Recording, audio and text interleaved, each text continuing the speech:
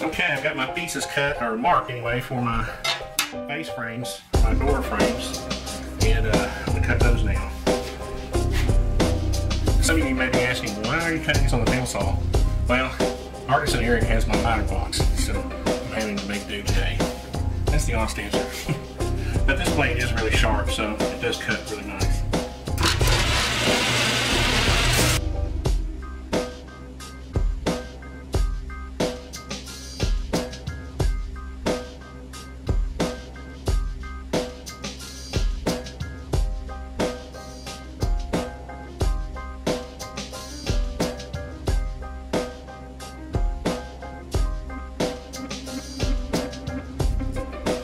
Okay, now that I have my 4 pieces for the door, I need to make a little notch in the back of it to accept the metal, the stamped metal panel.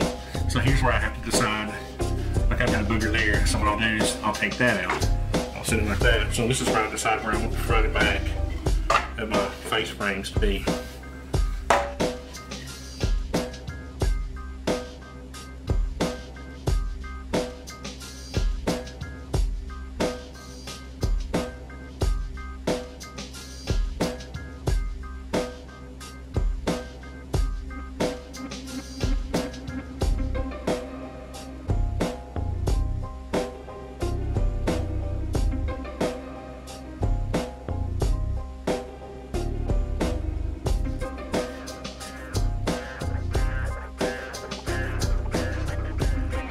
Actually, I made the notch symmetrical, so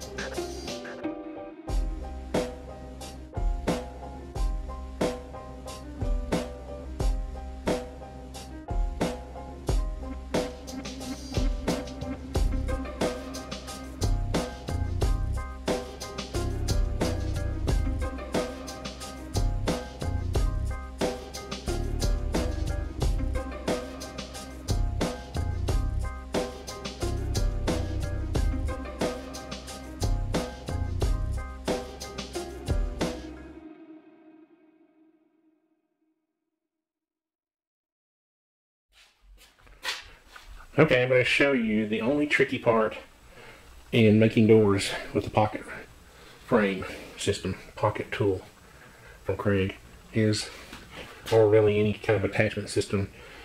You have to make sure you cut your bottom rails an inch longer, or whatever distance that you have made your notch here for whatever panel you're going to put in there. You have to add that length and then notch this out so that it brings it back. And I'll show you how to do that. It's just another little trick on a table saw to notch it out to make that fit flush. But just remember to think about your dimensions on your rails before you cut them. Okay, so there's the notch you need to cut out. And if you're doing it the way I'm doing them, where this is a 1/2 inch and that's a 1/4 inch. So I'm going to cut 2 of these at a time.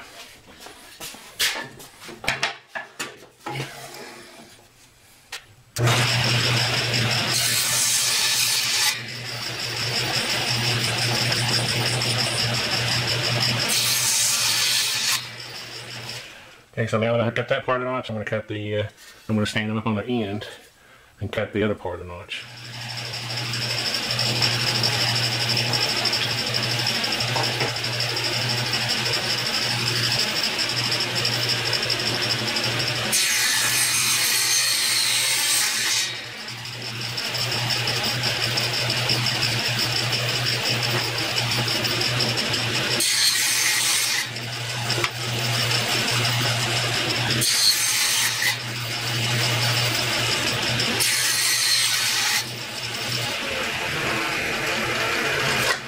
Okay, let's go see how they fit.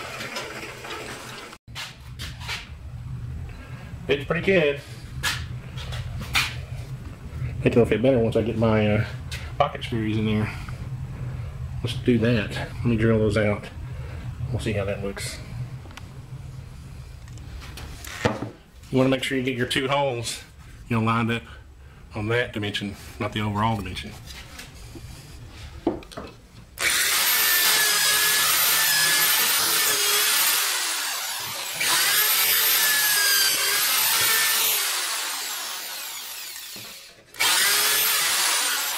Okay. Gonna work good. I'm gonna turn this around.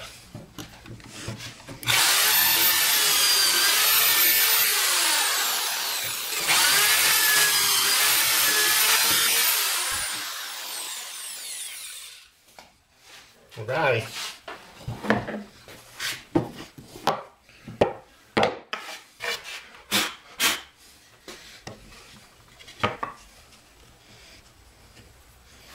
Look good. By the way, this is aspen. It's clear aspen, which you can buy at Lowe's. You can also buy the pocket tool at the Craig pocket jig at Lowe's also.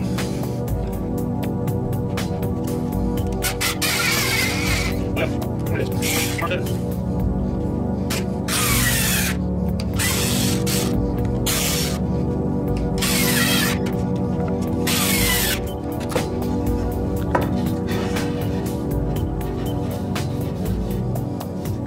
Little crack there. Let me see if I can fix that.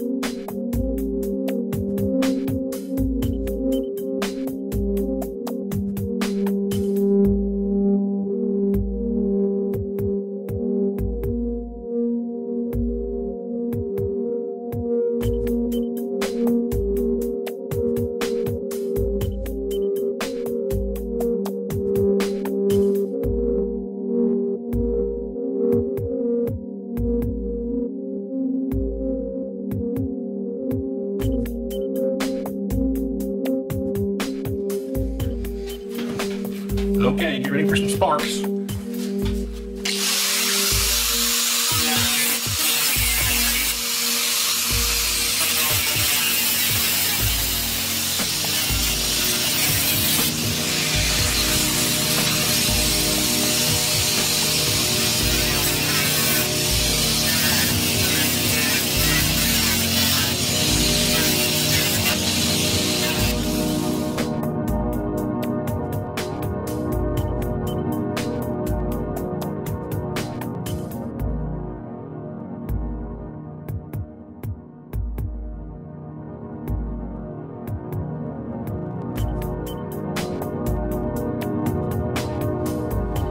I have my little stops here.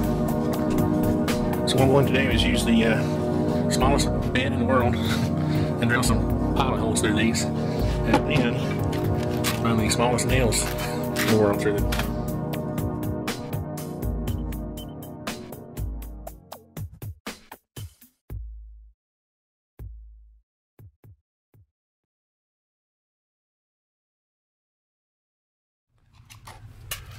Now I'm going to put some of these tiny brads in the stops just to hold them in place. And since I have my pilot holes, I can just slide them in there to get them started. I really need a smaller hammer for this, but all I've got is my 16-ounce estimate.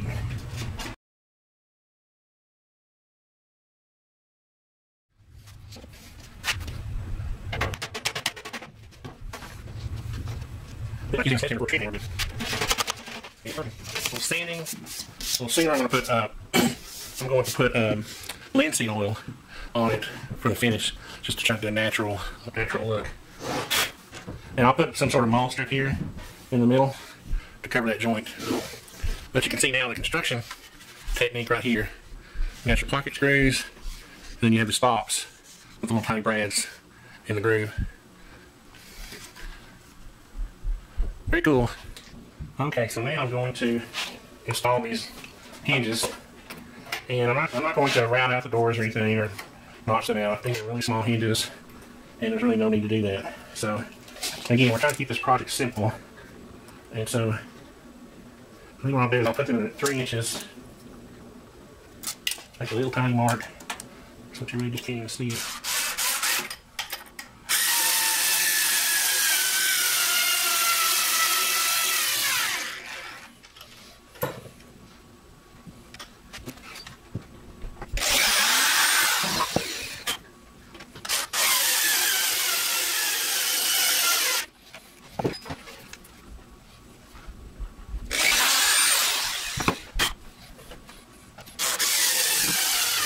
Okay, now I'm going to mount the door onto the cabinet. And I need another cabinet. You can't really hold it on with this. You can lock the screw in there and push it over.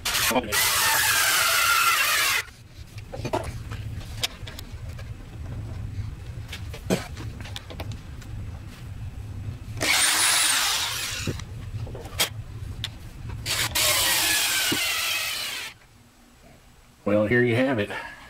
I got the doors adjusted. It's all nice and flush now. Open it back. See the hinges? They're just little galvanized hinges. They're not even stainless or anything. No need to get fancy. $2 or $3 for the hinges. And so we're ready to put some linseed oil on it now. Okay, I made this little lab strip or mold strip, whatever you want to call it, and I just made the thickness of this reveal here, and now I'm just going to use some glue, just some simple Elmer's glue to glue it in. Now you could use a stronger glue, but I don't think it's necessary. Plus a lot of your other glues are kind of nasty and they don't dry very clear. This is I think this will work, and if it doesn't, I can always redo it, but I don't want a big nasty mess on my cabinet. I just put down some brands at a reference point because I'm going to put water in my cabinet. What I'll do is I'll make my measuring tape off to make sure my margin is right. Yes. And I need to get a little wet rag and wipe some of that glue on. So let me do that right now. What I'm using is just some Scandinavian tongue oil finish. And couldn't find my linseed oil, but this will work. And I just want something to basically give it a finished look, but this will be a one coat process, and I can just get this thing done. Again, you know, if I was using polyurethane and all that, you know, it would take me a couple of days just because of the drying time, but this is a weekend project. Good Lord, apply a liberal amount to our t-shirt, old rag, and just wipe it on. Yet another reason to use penetrating sealers like tongue oil or linseed oil is that you come to a hinge, you don't even worry about it. Just wipe around it, keep going. When I built this house, I used a hardy backer for all the walls in my man cave because I didn't want any drywall down there to mildew, even though it's pretty dry. So I've got these drive pins, and I'll show you how they work. They allow you to just put your work up on the wall, drill a hole, slide this in, and drive this pin in without taking your work back down. In other words, if I was going to use like a plastic anchor or something like that, I would have to put the work up there, drill a hole to mark it, take this down, put the anchor in the wall, put this back up, and somehow line up the holes, you know, all by myself and get the anchors in there. So make it easier on yourself, and I'll show you how these work. Yeah.